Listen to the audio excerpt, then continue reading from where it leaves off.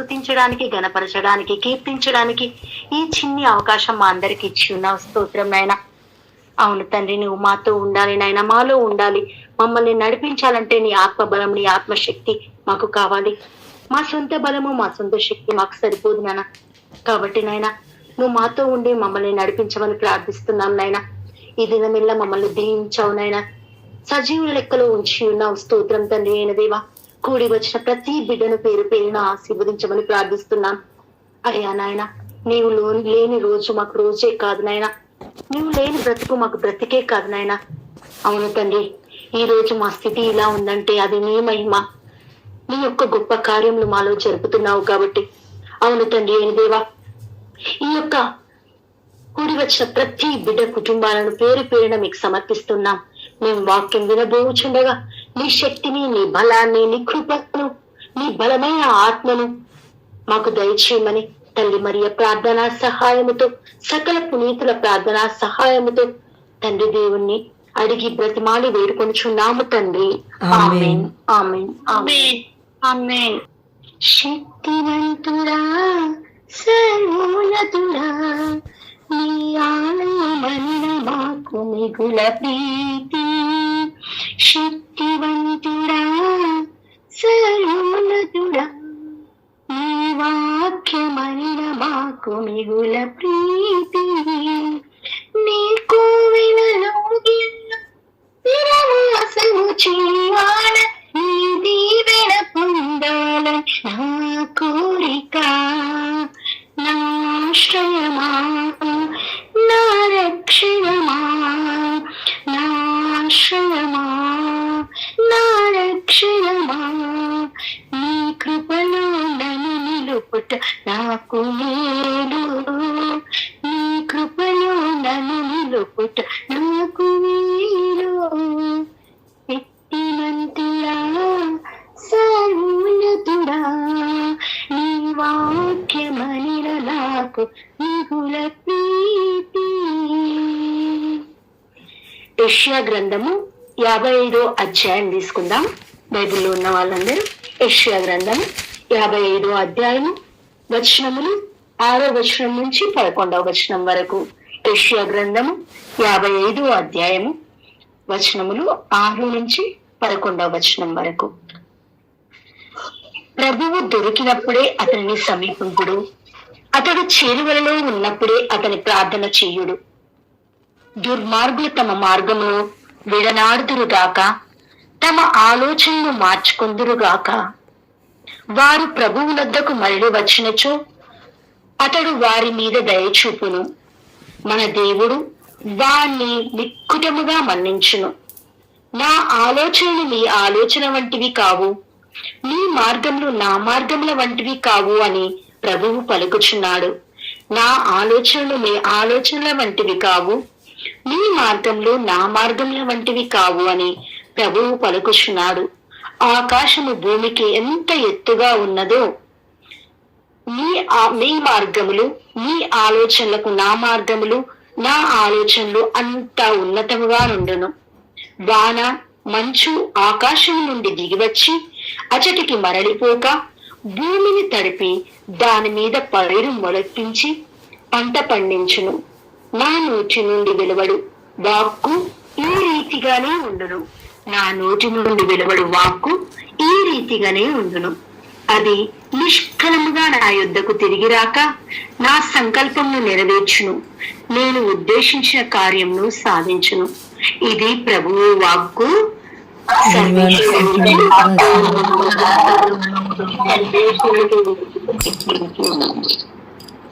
ఆత్మదేవ, ఈ యొక్క వాక్యాన్ని బోధించుచుండగా ఆ యొక్క వాక్యాన్ని వినే చెవులను, చూసే కనులను, అర్థం చేసుకునే మనస్సును మాకు దయచేయమని మేము ప్రార్థిస్తున్నాం. నీ యొక్క ఆత్మశక్తి, నీ యొక్క ఆత్మబలము ఇక్కడ కూడి వచ్చిన ప్రతి బిడ్డకు కావాలి నాయన. ఎందుకంటే మిమ్మల్ని అర్థం చేసుకోవాలంటే మా సొంత శక్తి, మా సొంత బలం మాకు సరిపోదు నాన్న. యెషయా పెదవులను తాకినట్టు మా నాలుకలను, మా పెదవులను తాకండి. నీ అగ్నిచే మమ్మల్ని కడగండి. ఈ యొక్క వాక్యం వినే చెవులను, అవును తండ్రి, మా ధ్యాసంతా ఇక్కడే ఉండాలి. మా పనులను వదిలిపెట్టి నీలో నిమగ్నమై ప్రార్థించే శక్తిని మా అందరినీ దయచేయమని ఓ పరిశుద్ధాత్మ దేవా మాలోనికి వేం చేసిరండి. ఓ పరిశుద్ధాత్మ దేవా మాతో మాట్లాడండి. ఓ పరిశుద్ధాత్మ దేవా మమ్మల్ని అభిషేకించండి. నీ ప్రేమ, నీ శక్తి మాలోనా, నీ ప్రేమ, నీ శక్తి మాలోనా. ఆరాధించెదము మా మనసుతో నిన్ను, ఆరాధించెదము మా బలముతో నిన్ను, ఆరాధించెదము మా ఆత్మతో నిన్ను, ఆరాధించెదము నా శక్తితో నిన్ను. నీవే నా ప్రభు, నీవే నా ప్రభు. హల్లెలూయా, హల్లెలూయా, హల్లెలూయా, హల్లెలూయా. యేసయ్యా, నా యేసయ్యా, మాట్లాడుము మాతోనయా. యేసయ్యా, మాట్లాడుము మా అందరితో. స్తోత్రం అందరికీ. వాక్యాన్ని వాక్యం పలుకుతుంది, ప్రభువు చేరువలో ఉండడు, దూరముగా ఉండువాడు కాదు. ప్రభువు దొరికినప్పుడే అతన్ని సమీపింపుడు, అతడు చేరువలోనే ఉన్నప్పుడు అతనికి ప్రార్థన చేయుడు. ప్రభు మాకు దగ్గర వాడా దూరం వాడా? అందరికీ దగ్గరి వాడే. అవునా కదా? ఎప్పుడు ఆయన మన చెంత ఉంటాడు. మనం దూరం అయిపోయిన ఆయన మనల్ని దూరం చేసుకోడు. కనుక ప్రభు అంటున్నాడు, నేను నిద్రపోయేవాడను కాదు బిడ్డ, నేను నీ నుంచి పారిపోయేవాడను కాదు. ప్రభు కొలికిపాట్లు పడివాడు కాదు. ప్రభువు మనం చేరువలోనే ఉంటాడు, మన దగ్గరలోనే ఉంటాడు. ప్రభు చేరువలో ఉంటాడు కాబట్టి ప్రభువు ఎప్పుడు దొరుకుతాడా, ఎప్పుడు మనము ప్రార్థనతో ఏకీభవిద్దామా, దేవుణ్ణి మనము ఆలకిద్దామా, ఆయన వాక్యాన్ని స్వీకరిద్దామా అని మనం ఎప్పుడు ఆశ కలిగి ఉండాలి. ఆ ఆశ మనలో ఉండాలి. వాక్యం పలుకుతుంది, ప్రభువు దొరికినప్పుడే అతని సమీపింపుడు, అతడు చేరువలో ఉన్నప్పుడే అతనికి ప్రార్థన చేయుడు అంటున్నాడు. అందుకని మనకి దేవుడు ఎప్పుడు దగ్గరవాడు, ప్రభువు చేరువలో ఎప్పుడు ఉంటాడు. ప్రభువు ఎప్పుడు దొరుకుతాడు? మనం ప్రార్థనలో ఉన్నప్పుడు, మనం ఆయన చెంతకు వచ్చినప్పుడు, ఆయన పాదాలు పట్టుకొని ప్రార్థించినప్పుడు, ఆయన పాదాలు పట్టుకొని ఉండి మనము దగ్గరగా ఉన్నప్పుడు. మనం దూరంగా ఉంటే ఆయన దూరంగా ఉండేవాడు కాదు, కానీ మనమే దూరం చేసుకుంటాం. మనం దేవుడు మన నుంచి పారిపోడు, మనమే వాక్యం నుంచి దూరం అవుతూ ఉన్నాం. నిన్న చెప్తూ ఉన్నాడు మా అన్న, నిన్న వాక్యం చెప్తూ ఉన్నాడు, కొండ మీద ప్రసంగం చెప్తూ ఉన్నాడు. తను అంటే అక్కడ వినడానికి ఎంతమంది ఆ వాక్యం, ఆ దేవుని నుంచి వచ్చే నోటి వాక్యం కోసం ఎంతో మంది తహతహలాడుతూ వచ్చి ఉన్నారు. మనలో కూడా అలాంటి కుతూహలం, మన యొక్క ఏం చెప్తారా, దేవుని వాక్యం ఎలా, ఆయన నాతో ఏం మాట్లాడుతూ ఉన్నాడు, ఆయన్ని సమీపించాలి, ఆయన నా దగ్గర ఉన్నాడు, ఆయన నాకేమో ఇవ్వబోతూ ఉన్నాడు, ఆ యొక్క వాక్యం ద్వారా నాకేమో నింపబోతూ ఉన్నాడు. మనం ఆశకొని ఆయన చింతకు రావాలి. నేను ఎప్పుడు ప్రతిసారి ఒక విషయం చెప్తాను, మనం అద్భుతాల కోసం కాదు, దేవుని శక్తి కోసం ప్రార్థించాలి, దేవునితో నడవడానికి ప్రార్థించాలి. అద్భుతాలు దానంతట అవే జరుగుతాయమ్మా. దేవునితో ఉన్నప్పుడు అద్భుతాలు దానంతట అవే జరుగుతాయి. కాబట్టి ఎప్పుడు ప్రార్థనలు మనం ఆయన చెంతగా వచ్చినప్పుడు, ఆయన పాదాల దగ్గర ఉన్నప్పుడు ఆయన తప్పకుండా మనకి కావలసినవి దయచేస్తాడు.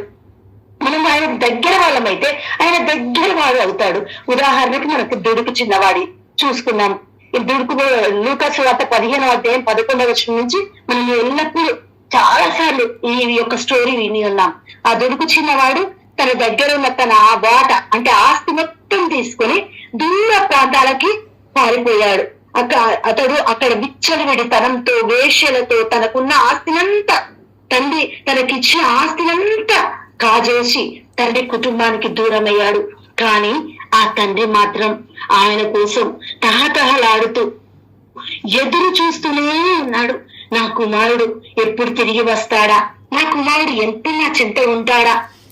మన తండ్రి కూడా అంతేనమ్మా, మన కోసం ఎదురు చూస్తూ ఉంటాడు. ఈ వాక్యం మనకు దొరుకుతుంది. మనకి ఎంత నిజంగా ఎవ్వరికి లేని అవకాశం దేవుడు మనకి ఇస్తూ ఉన్నాడు. మనం పట్టుకో వాక్యాన్ని. ఎప్పుడు వాక్యం దొరికితే అప్పుడు పట్టుకుందాం మనం వాక్యాన్ని. ఈ వాక్యంలో నాకు ఏం దొరుకుతుంది, ఈ వాక్యం ద్వారా నేను ఏం ఆలోచిస్తూ ఉన్నాను, ఈ వాక్యం ద్వారా నేను నా మార్గాన్ని సరి చేసుకుంటూ ఉన్నాను. ఆయన దీవెనలన్నీ మనం పొందుకోవాలి, ఆ దీవెనలతో మనం నింపబడాలి. కాబట్టి ఆయన ఈ దుడుకు చిన్నవాడు మనస్సు మార్చుకొని ఎలా అయితే తిరిగి వచ్చి ఉన్నాడో పశ్చాత్తాపడి ఆ యొక్క తండ్రి దగ్గరికి వెళ్ళాలని ఆశ కొని ఉన్నాడు. మనము కూడా అలాంటి ఆశతో, అలాంటి సంకల్పంతో దేవుడి చెంతకు రావాలి. ఇక్కడ వాక్యం పలుకుతుంది, ప్రభువు దొరికి కాక తమ ఆలోచనలు మార్చుకుంది కాక ప్రభువు వద్దకు మరలి వచ్చినచో అతడు వారి మీద దయ చూపును, మన దేవుడు వారిని మిక్కుటముగా మన్నించును. చూడండి, దేవుడు ఎప్పుడు తన బిడ్డల కోసం ఆశలు కొని చేతులు చాచే ఉంటాడు. మనమే కొంచెం దేవుని దూరపరుచుకుంటూ ఉన్నాం, ఆ ఆశలు వదులుకుంటూ ఉన్నాం. కొన్నిసార్లు ప్రార్థిస్తాం, కొన్ని జరగవు. కానీ మనం దేవుని నుంచి దూరం మాత్రం కావద్దు. ఆశ అనేది చాలా గట్టి సంకల్పం. ఆశను మనం ఎప్పుడు వదులుకోవద్దు. ఏమంటున్నాడు, దుర్మార్గులు తమ మార్గంలో పెడతాం. మనం దుర్మార్గులం కాదు కదా, వాక్యం వింటూ ఉన్నాం. మన ఆలోచనలు, మన మనసును మార్చుకోవాలి, మన జీవితాన్ని మార్చుకోవాలి. మన స్థితి అనేది మనకు తెలుసు. కాబట్టి విశ్వాసంతో ప్రార్థించడానికి ప్రయత్నించాలి. అని దొరికినప్పుడే ఇక్కడ చూడండి, ఆ యొక్క దుడుకు చిన్నవాడు రాగానే ఆ యొక్క తండ్రి ఎలా చేశాడో మనసు మార్చుకుని తిరిగి వచ్చి పశ్చాత్తాపడినప్పుడు దేవుడు కూడా మనల్ని ఎత్తుకుంటాడు, ముద్దాడుతాడు. మన బాధల్లో ఉండి మనల్ని లాలిస్తాడు, మన జీవితాన్ని మారుస్తాడు. మన ప్రార్థన ఆయన దగ్గర చేసుకునే విధంగా మనకు ఉండాలి. విశ్వాసంతో ప్రార్థించాలి, విశ్వాసంలో మనం ఉండాలి. అందుకే వాక్యం పలుకుతూ ఉంది ఏమనంటే, మనకి కూటికి గుడ్డ కోసం, నీరు కోసం కాదమ్మా, ఏ దాని కోసం, వాక్యం కోసం కరువు వస్తుందంట. అందుకని అంటున్నారు, ఈ వాక్యం ఎందుకు ఇస్తున్నాడంటే, వాక్యం దొరికినప్పుడే మనం సమీపించాలి. ఆ ప్రజలు నిన్న వాక్యంలో చెప్తున్నారు, తండోపతండాలుగా వెళ్తూ ఉన్నారు. ఆయన దొరికినప్పుడు ఆయన మనం పట్టుకుంటున్నారు, మనం ఎందుకు పట్టుకోకూడదు? దేవుడు చెప్తున్నాడు, నా ఆలోచనలు మీ ఆలోచన వంటివి కాదు, మీ మార్గంలో నా మార్గంలో వంటివి కావు అని ప్రభువు పలుకుచున్నాడు. ఆకాశం భూమి ఎంత ఎత్తుగా ఉన్నదో మీ మార్గంలో మీ ఆలోచనలు అలా ఉంటాయి, నా మార్గంలో నా ఆలోచనలు అంతకంటే ఉన్నతంగా ఉంటాయి. మనకి దేవుడు మనం కోరుకుంటాం ఏమనంటే, దేవా నాకు ఒక 100 రూపాయలు, లేకపోతే ఓ 1000 రూపాయలు, ఓ 10,000 రూపాయలు ఇస్తే చాలు దేవా అని మనం ప్రార్థిస్తామేమో. కానీ దేవుడు అలా కాదు. ఆయన ఉన్నతంగా మన కోసం ఇంకా ఆలోచిస్తూ ఉన్నాడు. అరే, ఈ బిడ్డలకు మనీ ప్రాబ్లం ఉంది, లేకపోతే ఇల్లు లేదే, వాకిలు లేదే, లేకపోతే జాబ్ లేదే, లేకపోతే సంతాన భాగ్యం లేదు. మనం ఆలోచించే ఆలోచనల కంటే దేవుడు ఆలోచనలు ఇంకా ఉన్నతంగా ఉంటాయి. అందుకని దేవుని మనం గట్టిగా పట్టుకోవాలి, ఆయన వాక్యాన్ని గట్టిగా పట్టుకోవాలి. ఆయన చెప్తూ ఉన్నాడు, నేను ఇంకా నా దృష్టిలో మీరు ఎంతో ఉన్నతమైన వాళ్ళమ్మా. మీరు అనుకుంటున్నారు, మీరు చిన్నగా నాకు ఏమీ లేదే, ఎవరూ లేదే అని బాధపడుతూ ఉండవచ్చు. కానీ దేవుడు అంటున్నారు, మీరు నాకు అమూల్యమైన బిడ్డలు, మీరు నాకు ఇష్టమైన బిడ్డలు, మీరు నాకు దగ్గర వారు. నేను మిమ్మల్ని దూరం చేసుకోను. మీరు ఎంత దూరం పారిపోయినా, చూడండి, ఆ దుడుకు చిన్నవాడు దూరంగా పారిపోయాడు. కానీ ఎక్కడికి వచ్చాడు? మళ్ళీ తిరిగి ఆ దేవుడి చెంతకే వచ్చాడు. మనం కూడా కొన్నిసార్లు దేవుణ్ణి విడిచి వెళ్తూ ఉంటాం. ఈ దేవుడు నాకు ఏమి ఇవ్వడం లేదు, ప్రార్థిస్తున్నా అయినా సరే కనికరిస్తలేడు అని ఎన్నోసార్లు వాపోతూ ఉంటాం. కానీ దేవుడు మనల్ని వదిలిపెట్టడం లేదు. ఇంకా కొన్నిసార్లు పరీక్షిస్తూ ఉండవచ్చు, ఇంకా నా బిడ్డలు ఎలా ఉంటారని చూస్తూ ఉండవచ్చు. అందుకని ఆయనను పట్టుకోవాలి, ఆయనను వదిలిపెట్టవద్దు. దుడుకు చిన్నవాడు ఎలాగైతే ఆ దేవుణ్ణి పట్టుకున్నాడు, ఆ తల్లి దగ్గరికి ఎలాగైతే తిరిగి వచ్చాడు, మనం కూడా ఆ దేవుని చెంతకు మనం తిరిగి రావాలి. ఒక పాట ఉంది, దుడుకు చిన్నవాడిలా బిడియలతో తడబడి నడుపుతూ వడివడిగా చేరాను, దుడుకు చిన్నవాడిలా బిడియలతో నిలిచాను, తడబడు నడుపుతూ వడివడిగా చేరాను, తడి కన్నులు తాకుమా నా దైవమా, నీవడి చేర్చుమా నా ప్రాణమా, తుడుకు చిన్నవాడిలా బిడియముతో నిలిచాను, తడబడు నడకతూ వడివడిగా చేరాను, ఇహలోక సుఖములతో సహవాసము చేశాను, అలవోక దూషణతో అలవలై ఎగిసాను, కలలన్నీ చెదరగా కలవరముగా వచ్చాను, ఓదార్చుమా ప్రభు ఓదార్చుమా, ఓదార్చుమా, ఓదార్చుమా.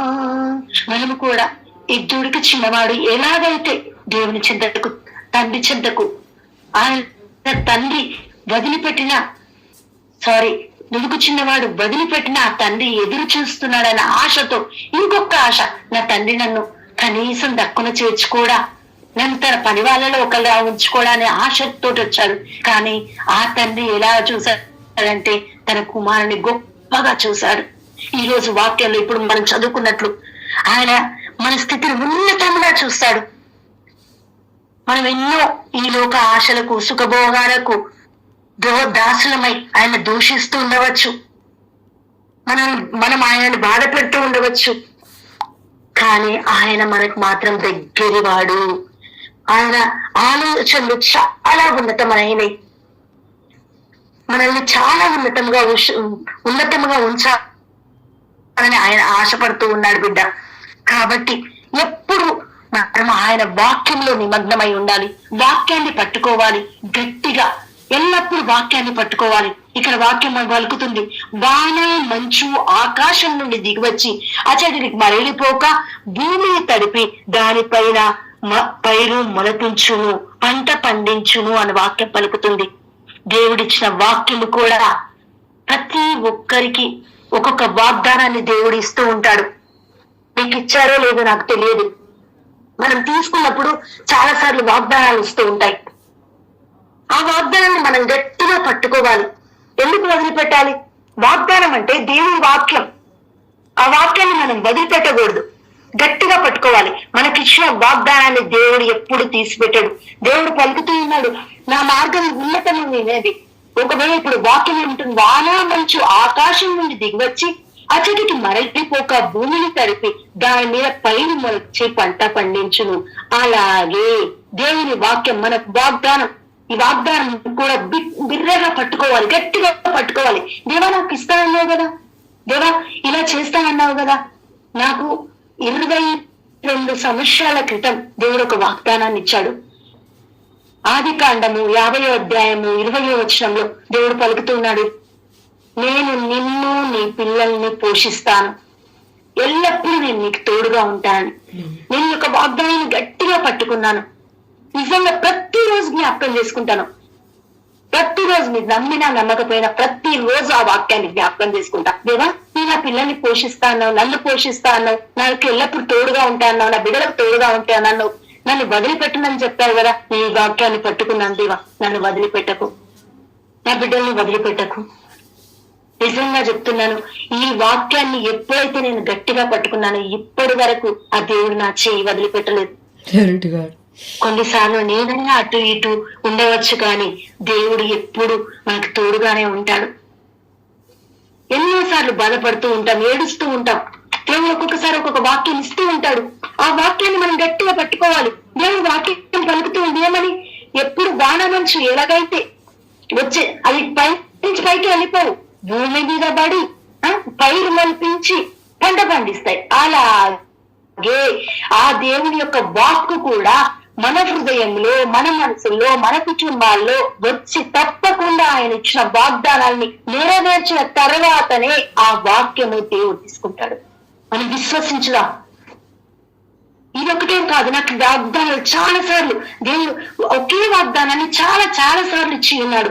అదే వాక్యం 44వ యెషయా గ్రంథం 44వ అధ్యాయంలో కూడా దేవుడు అంటూ ఉన్నాడు, ఏమని? నేను నీకు కలిగించాను, నువ్వు గర్భంలో పడినప్పుడు నేను నీకు రూపం ఇచ్చాను, నిన్ను ఆదుకున్నాను, నువ్వు నా సేవకుడవు, నువ్వు భయపడకు, నేను నిన్ను ఎన్నుకొంటిని, నీ బిడ్డను నేను కాపాడుతాను, నీ బిడ్డల మీద నా ఆత్మను పంపిస్తానని. ఈ వాక్యాన్ని కూడా నేను ఎల్లప్పుడు జ్ఞాపకం చేసుకుంటూనే ఉంటాను. ప్రార్థనలో ఉన్నప్పుడు మనం చేయవలసింది ఒకటే, దేవుడు ఇచ్చిన వాగ్దానాన్ని మాత్రం గట్టిగా పట్టుకోవాలి. ఎప్పుడైతే మనం వాగ్దానాన్ని గట్టిగా పట్టుకొని ముందుకు వెళ్తూ ఉంటామో తప్పకుండా జరిగిస్తాయి. ఇప్పుడు వాక్యం చదువుకున్నట్టు ఎప్పుడైతే పైరు మొలపించి పంట పండించను అంటే అది బొట్టిగా వెడలిపోదు. వాక్యం అనేది, వాక్యం శక్తి గలది, వాక్యంలో శక్తి ఉంది, వాక్యంలో మహిమ ఉంది, వాక్యంలో దీవెనలు ఉన్నాయి, వాక్యంలో కృప ఉంది. మనం గట్టిగా పట్టుకోవాలి వాక్యాన్ని.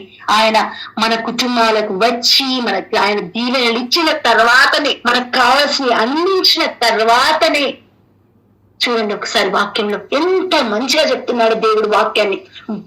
ఆయన మొలపించి పంట పండించును. మన గృహాలలో పంటలు పండాలన్నా వద్దా?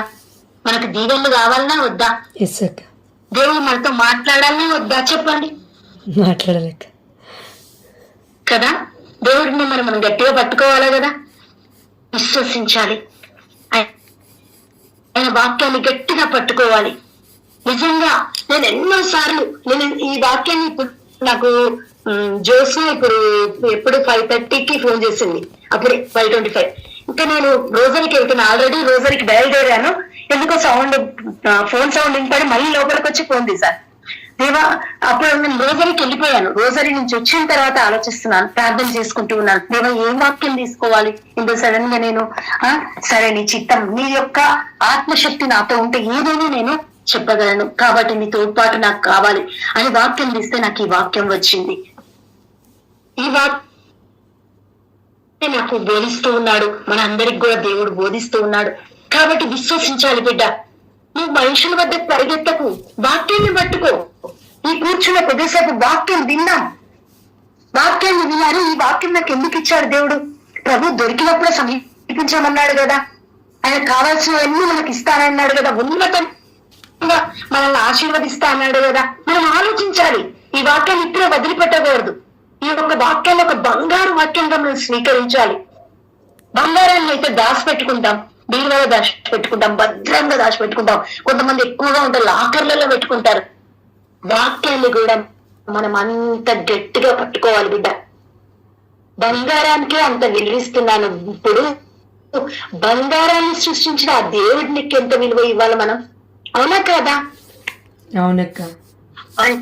ఆ బంగారం లాంటి వాక్యాన్ని గట్టిగా పట్టుకోవాలి. ఇది బంగారు వాక్యం మనకి. ఈ రోజు ఈ వాక్యాన్ని ఇస్తున్నారు, నిన్నటి రోజున నేను కొండ మీద ప్రసంగాన్ని ఆమె ద్వారా ఇచ్చి ఉన్నాడు, రేపటి ద్వారా ఇంకొకరి ద్వారా ఇంకొక వాక్యాన్ని నేను పట్టుకున్నాం బిర్రుగా. బంగారాన్ని ఎలాగైతే సమకూర్చుకొని దాచిపెట్టుకుంటున్నామో ఈ హృదయంలో, మన హృదయంలో కూడా ఈ ఒక్క వాక్యాన్ని బంగారు వాక్యముగా మనము మన హృదయంలో నిలుపుకోవాలి. అది మన హృదయంలోకి వచ్చి మన పంట పండించాలి, మన కుటుంబాలను దీవించాలి.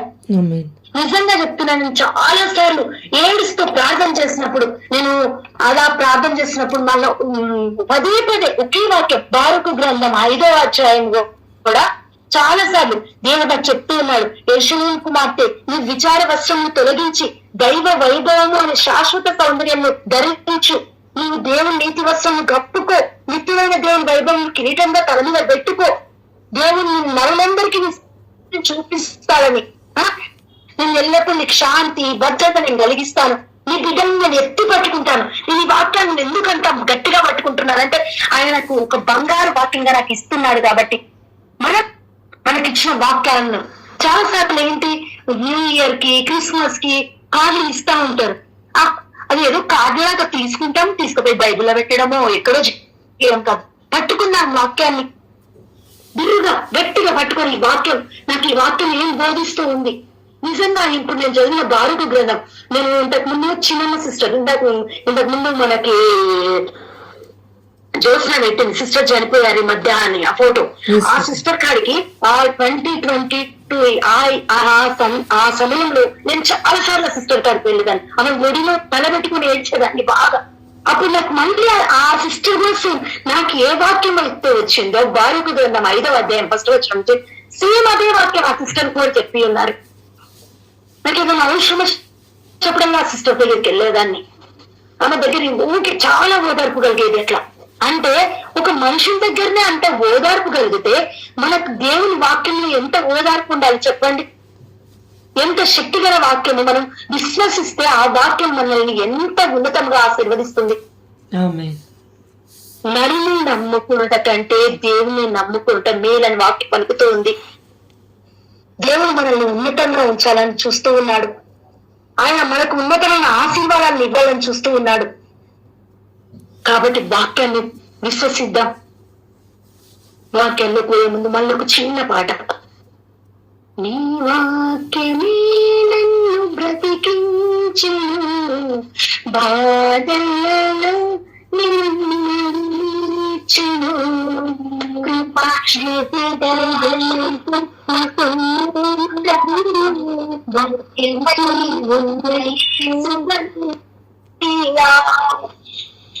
కృపాశక్తి దయాశక్తి సంపూర్ణుడా, వాక్యమై ఉన్న యేసు వందనమయ్యా. చిగటగల ఊబి నుండి లేవనెత్తెను, సమతలమగు భూమిపై నన్ను నిలిపెను. చిగటగల ఊబి నుండి లేవనెత్తెను, సమతలమగు భూమిపై నన్ను నిలిపెను. నా పాదములకు దీపమాయెను, సత్యమైన మార్గములో నడుపుచుండును. నిజంగా చూడండి, దేవుని వాక్యంలో ఎంత శక్తి ఉంది. ఆయన సత్య మార్గాన్ని మనకు చూపిస్తూ ఉంది. మనం ఎక్కడ వాళ్ళం, ఏ పాటి వాళ్ళం, చీకటగల మట్టి వంటి వాళ్ళం. అలాంటి మట్టిని దేవుడు ఉన్నతంగా ఉంచాలని చూస్తూ ఉన్నాడు. కాబట్టి ఆయన ఉన్నత వాక్యాన్ని చెప్తున్న, నీ వాక్యంలో శక్తి ఉంది, ఆ వాక్యంలో బలము ఉంది. నీ ఆ యొక్క దేవుని వాక్యమే బాధ పాడుకున్నాం కదా, నీ వాక్యమే నన్ను బ్రతికించను, బాధలలో నెమ్మది ఇచ్చాడు. అంటే ఇక్కడ ఉన్న వాళ్ళందరికీ నాతో సహా ఎప్పుడు ఏదో ఒక బాధ, ఏదో కష్టం. లేని వాళ్ళని ఎవ్వరం లేమమ్మా. ప్రతి ఒక్కరికి ఏదో ఒక బాధ ఉంటుంది, ఏదో ఒక కష్టం ఉంటది, ఏదో ఒక వేదన ఉంటది. లేని వాళ్ళమంటే ఎవ్వరము లేదు. ఏదో ఒక స్థితిలో మనం పడిపోతూనే ఉంటాం, జారిపోతూనే ఉంటాం, కృంగిపోతూనే ఉంటాం, ఆటుపోటులు వస్తూనే ఉంటాయి. కానీ దేవుడిచ్చిన వాక్యాన్ని మాత్రం గట్టిగా పట్టుకోవాలి. నేను పట్టుకున్నాను. వాక్యం చెప్తూ ఉంది. ఆయన వాక్యాన్ని మనం ఎప్పుడైతే గట్టిగా పట్టుకుంటామో మన హృదయాల్లో ఆయన మొలకిస్తాడు, పంటలు పండిస్తూ ఉంటాడు. ఆయన శక్తి అంత గొప్పది, ఆయన మహిమ అంత గొప్పది. ఉన్నతంగా మన మీద ఆలోచనలు ఉన్నాయి. నేను ఇందాక చెప్పినట్లు ఆయన మనకి 1,00,000 రూపాయలు, 1,00,00,000 రూపాయలు ఇద్దామనుకుంటున్నాడు. మనం 100 రూపాయల కన్నా ఉంటే ఎట్లా? అవునా కదా? కదా, మనం ఆలోచించేది చాలా చిన్నగా, కానీ దేవుడి ఆలోచన ఇంకా ఉన్నతంగా ఉంది మనకి. అంటే ఇక్కడ నేను డబ్బు పరంగా మాట్లాడడం లేదు. మన కుటుంబాల్లో మనం అడిగే కోరికలు నేను చెప్తూ ఉన్నాను.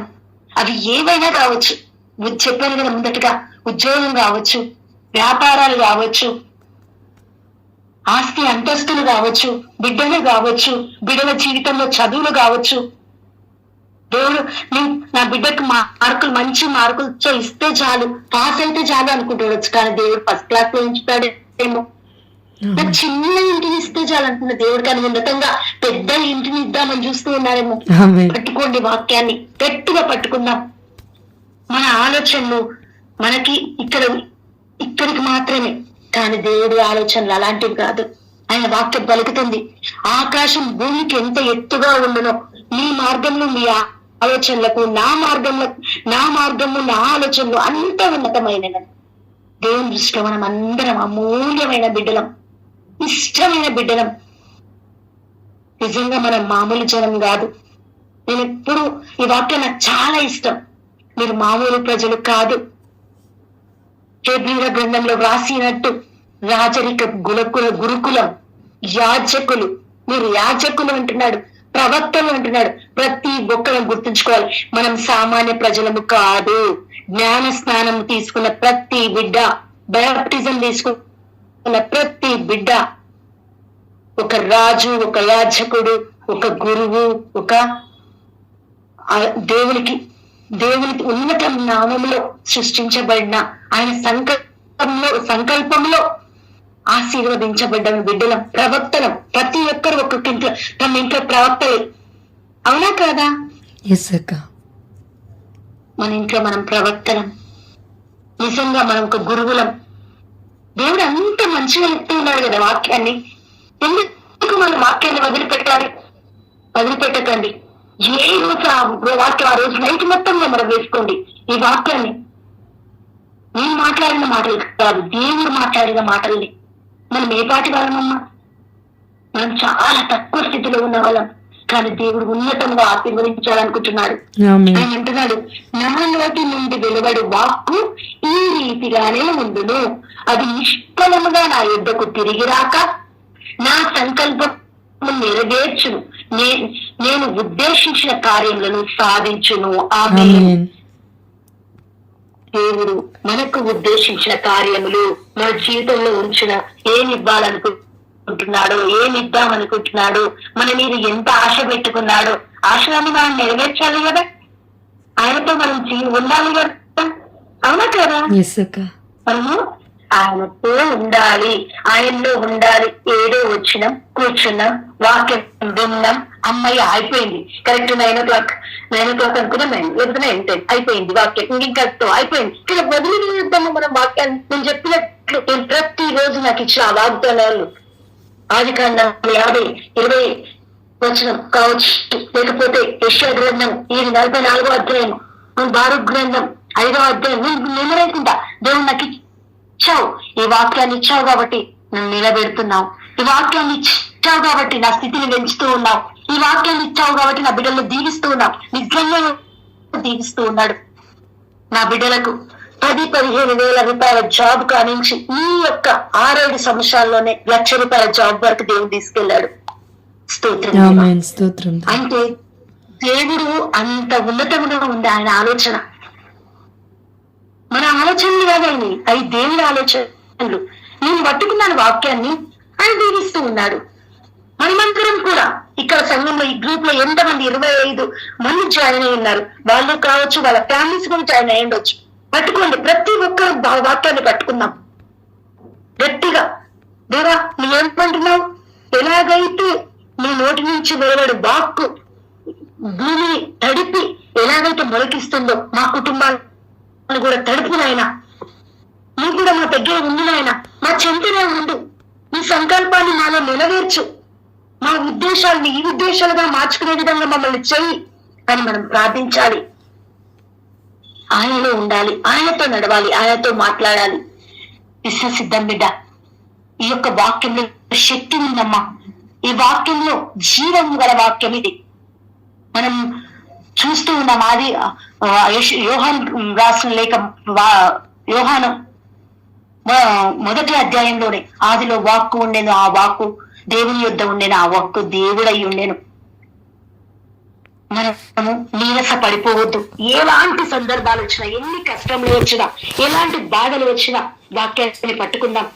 మనం నీరసించిపోయి వదిలివేస్తే మనమే అలాగే పడిపోతూ ఉంటాం. ఏ కష్టం వచ్చినా, ఏ బాధ వచ్చినా దేవుని చెంతకు రావాలి, దేవునితో నడవడానికి ప్రయత్నించాలి. విశ్వసిద్దాం. మనం విశ్వాస నిరీక్షణ యాత్రికులమమ్మ. యాత్ర మనం సాగిస్తున్నాం అంతే. ఇక్కడ ఈ లోకంలో మనం ఏం శాశ్వతం కాదు, నిరీక్షణ యాత్రికులు మాత్రమే. ఆ నిరీక్షణ యాత్ర ఎలా ఉండాలంటే విశ్వాసంతో కూడిన నిరీక్షణ యాత్రగా ఉండాలి. అవునా కదా? ఎస్ అక్క. మన యాత్ర నిరీక్షణతో కూడిన యాత్రలాగా ఉండాలి, ఉండాలి. విశ్వాసంతో కూడిన యాత్రలాగా ఉండాలి. అవును, ఇది ఒక విడిది గృహం మాత్రమే. ఈ లోకం మనకు విడిది గృహం మాత్రమే. కాబట్టి గుర్తుంచుకుందాం, ఈ యొక్క విడిది గృహంలో మనకిచ్చిన మనం ఎక్కడైనా వెళ్తాం, పద్దింట్లోకి వెళ్ళినామంటే ఆ దీన్ని వదిలిపెట్టేసి మళ్ళీ సొంతిల్లు కట్టుకుంటాం. సొంతిల్లోకి వెళ్ళాలి, లేకపోతే మళ్ళీ ఇంకొక అద్దీంట్లోకి మారాల్సింది. అవునా కదా? Yes, sir. మనము మన జీవితాలు ఎక్కడ వరకు ఉంటాయో మనకు తెలియదు. కాబట్టి వాక్యాన్ని పట్టుకుందాం, విశ్వసిద్దాం, ప్రార్థిద్దాం. ఆయన వాక్యం మనకి ఇక స్టార్టింగ్ లో చదువుకున్నప్పుడు ఉన్నట్లు ప్రభు చేరువలో ఉన్నప్పుడే, ప్రభు దొరికినప్పుడే, ప్రభు దగ్గరగా ఉన్నప్పుడే మనం ప్రార్థిద్దాం. మీకు ఒకవేళ ఆలయం దగ్గరగా ఉంటే ఆలయానికి వెళ్ళి ప్రార్థించండి. ప్రతిరోజు పూజా బలి దొరికితే వెళ్ళి పూజా బలిలో పాల్గొనండి. ఒకవేళ మీకు దగ్గరగా లేకపోయినా ప్రతిరోజు వాక్యాన్ని ధ్యానించుకుందాం. జపమాల చెప్పుకోవడానికి దగ్గరలో ఉంటే వెళ్ళి జపమాలలో పాల్గొనండి. ఎప్పుడు ఎక్కడ దొరికితే అక్కడ పట్టుకోనండి. ఈ రోజు మనకి ఇక్కడ దొరికింది. ఆహారం కోసం అలమటించే సింహం ఎలాగైతే చూస్తూ ఉందో మనం కూడా వాక్యం కోసం అలా అలమటించాలి. దొరకగానే మనం పట్టుకోవాలి. ఇది ఒక బంగారు వాక్యము. ఈ బంగారు వాక్యాన్ని నేను పట్టుకుంటున్నాను, బిర్రుగా పట్టుకుంటున్నాను. ఈ వాక్యంలో శక్తి ఉంది, నాకు దొరుకుతుంది. ఆయన నన్ను దీవిస్తాడు, ఆయన నన్ను ఆలకిస్తాడు, నా మార్గాన్ని సరిచేస్తాడు, నా త్రోవలో ఆయన ఉంటాడు, ఆయన ఆలోచనలో ఆయన ఉంటాడు, నన్ను ఉన్నతంగా దీవిస్తాడు, నా బిడ్డలను దీవిస్తాడు, నా కుటుంబాలను దీవిస్తాడు. అలా మనం ఆలోచించుకుందాం, మనం ప్రార్థించుకుందాం. విశ్వాస యాత్రికులుగా మనము ముందుకు సాగుదాం. అలాంటి విశ్వాస పదంలో దేవుడు మనల్ని నడపాలని, అలాంటి జీవితాన్ని మనకు దయచేసి మన జీవితాలు ఒకవేళ అటు ఇటుగా ఉంటే వాటిని సరిచేసి సక్రమైన మార్గంలో మనల్ని నడిపించే శక్తిని మనకు దయచేసి ఆ తండ్రి దేవుడు మనల్ని దీవించమని ప్రార్థించుకుందాం. అందరం విశ్వాసంతో. కృపా సత్య సంపూర్ణమైన దేవా, ఈ యొక్క దినం ఈ యొక్క వాక్యాన్ని మాకు ఇచ్చి ఉన్నాం. నాతో సహా ఈ వాక్యాన్ని మేమందరము విశ్వసించాలి నాయన. నేను దొరికినప్పుడే మేము పట్టుకోవాలి నాయన. అవునాయన, నీ ప్రేమ, నీ కుటుంబం, నీ కృప, నీ దయ, నీ జాలి నిక్కుటమైన నాయన. నీ ఆలోచనలు ఉన్నతమైన నాయన. అలాంటి ఉన్నతమైన ఆలోచనలు మమ్మల్ని ఉంచమని ప్రార్థిస్తున్నాం యేసయ్య. మీ బిడ్డలుగా మమ్మల్ని దీవించండి. మీ కృపలో మమ్మల్ని బలపరచండి, భద్రపరచండి. ఇక్కడ కూడి వచ్చిన ప్రతి బిడ్డ కుటుంబాలని పేరు పేరున ఆశీర్వదించండి నాయన. ఏ బిడ్డను వదిలిపెట్టకు నాయన. ఈ యొక్క గ్రూప్ లో పాల్గొనే ప్రతి బిడ్డ నేను వదిలిపోకుండా ఇంకా ఇంకా నేను వినాలి, వాక్యంలో నేను గట్టిపడాలి. ఎలాగైతే సమ్మెటతో ఇనుము గట్టిపడుతూ ఉందో అలాగా మేము మా హృదయాన్ని కూడా గట్టి చేసుకోవాలి. వాక్యంతో పడిపోకూడదు, మేము జారిపోకూడదు, కూలిపోకూడదు, కృంగిపోవద్దని మేము ప్రార్థిస్తున్నాం యేసయ్య. అలాంటి జీవితాలను మా అందరికీ దయచేయనైనా. ఈ యొక్క గ్రూప్ లో ఉన్న ప్రతి బిడ్డ కుటుంబాలను ఆశీర్వదించండి. ఇంకా పాల్గొనలేని బిడ్డలు ఎవరైనా ఉంటే అలాంటి బిడ్డలను కూడా మీ చెంతకు రప్పించుకోమని ప్రార్థిస్తూ ఉన్నాం నాన్న. అవును తండ్రి, జోస్న ఎంతో ఆశతో ఈ యొక్క గ్రూప్ ని తయారు చేసి ఉన్నది. ఆ బిడ్డ ఆశలను ఇంకా ఉన్నతముగా చేయమని ప్రార్థిస్తూ ఉన్నాను నాన్న. ఇంకా ఇంకా ఇంకా అధికముగా ఆ బిడ్డను ఎన్నుకొని వాడుకొని నీ చెంత ప్రతి బిడ్డలు లేవనెత్తే బిడ్డలుగా ఆ బిడ్డను దీవించమని ప్రార్థిస్తూ ఉన్నాను. అవును తండ్రి అయిన దేవా, నీ యొక్క ప్రణాళిక ఆ బిడ్డపై ఏమున్నదో మాకు తెలియదు నాయన. యేసయ్య, ఈ బిడ్డ చేస్తున్న ప్రతి పనిలో కూడా తోడుగా ఉండండి తండ్రి. వెళ్ళే ప్రతి చోట నీ కంటే ముందుగా, నీ బిడ్డ కంటే ముందుగా నీ దూతల సహాయాన్ని అందించి నీ యొక్క వాక్కును అక్కడ ఆ హృదయాలను ముద్రించి చేయమని ప్రార్థిస్తూ ఉన్నాం నాయన. తండ్రి దేవా, స్తోత్రమయ్యా, స్తోత్రమయ్యా, స్తోత్రం నాయన. మేము పనికి వాళ్ళ వారం కాదు నాయన, నీ బంగారు బిడ్డలం నాయన. నీ అరచేతుల్లో దాచుకుంటానన్నావు. నీ యొక్క తండ్రి హస్తంలో మమ్మల్ని దాచుకుంటాను, నీ కౌగిల్లో మమ్మల్ని ఉంచుకుంటా అన్నావు. కాలు జారి పడిపోకుండా పట్టుకుంటా అన్నావు తండ్రి అయిన దేవా. మేము పాపం అనే లోగిల్లో పడిపోకుండా ఈ రాత్రికాల సమయంలో మా కుటుంబాలన్నింటినీ భద్రపరిచి, దీవించి, రక్షించి, క్షమించి, కాచి, కాపాడి మమ్మల్ని దీవింప చేయమని ప్రార్థిస్తూ ఉన్నాం నాయన. మాలో ఉండండి, మాతో ఉండండి, మాతో మాట్లాడండి. ఇందాక తను ప్రార్థించినట్టు కళల ద్వారా మాట్లాడండి నాయన. ప్రతి బిడ్డతో కళల ద్వారా మాట్లాడండి నాయన. ఆమేన్. అవును తండ్రి దేవా, నీ వాక్యాన్ని మేము గట్టిగా పట్టుకోవాలంటే నువ్వు మాతో మాట్లాడుతూనే ఉండాలి యేసయ్య. మమ్మల్ని వదిలిపెట్టకు నాయన. స్తోత్రం. అవును నాయన, ప్రతి బిడ్డను తండ్రి నీ యొక్క చెంత ఉంచుకొని తండ్రి నీ విశ్వాస పదలో నడిపించమని, మా హృదయాల్లో పంటలు పండించమని, ఉత్సాహపు ఆత్మతో ఉరకలు వేసే ఆత్మతో మమ్మల్ని అభిషేకించమని, దీవించమని మేము ప్రార్థిస్తున్నాం. ఆమేన్. తల్లి మరియు ప్రార్థన సహాయం మాకు దయచేయమని, దేవ వరప్రసాదము చేత నిండిన మరియమ్మ వందనము. ఏలిన వారు మీతో ఉన్నారు, స్త్రీలలో ఆశీర్వదింపబడిన వారు మీరే. మీ గర్భఫలముకు చేసు ఆశీర్వదింపబడిన వారు అగునే. పరిశుద్ధ మరియమ్మ, సర్వేశ్వరుని యొక్క మాత, పాపాత్మమయ్యుండడు మా కొరకు ఇప్పుడు మా మరణ సమయమందును ప్రార్థించండి. ఆమేన్. చిన్న మరియ మాత ప్రార్థనతో చేసుకుందామమ్మా. నేను వెంబడింతును మరియా, నీడనింతును మాత. నేను వెంబడింతును మరియా, నీడనింతును మాత. మానవ హృదయాలలో నీవు మహిమను పొందితివమ్మా. మానవ హృదయాలలో నీవు మహిమను పొందితివమ్మా.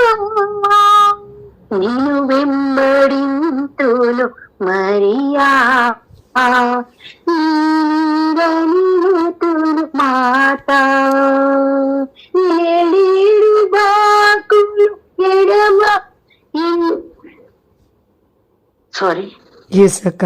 ఏడేడు బాకులు ఎదనిండిపోయి వ్యాకుల భరితవే అమ్మా. తాన పుత్రుని మహిమాలో నీవు మహిమాత్మురాలైతివమ్మా. నిన్ను వెంబడింతును మరియా, నీడనింతును మాత. అందరికి praise the Lord. Amen. Praise Lord అక్క.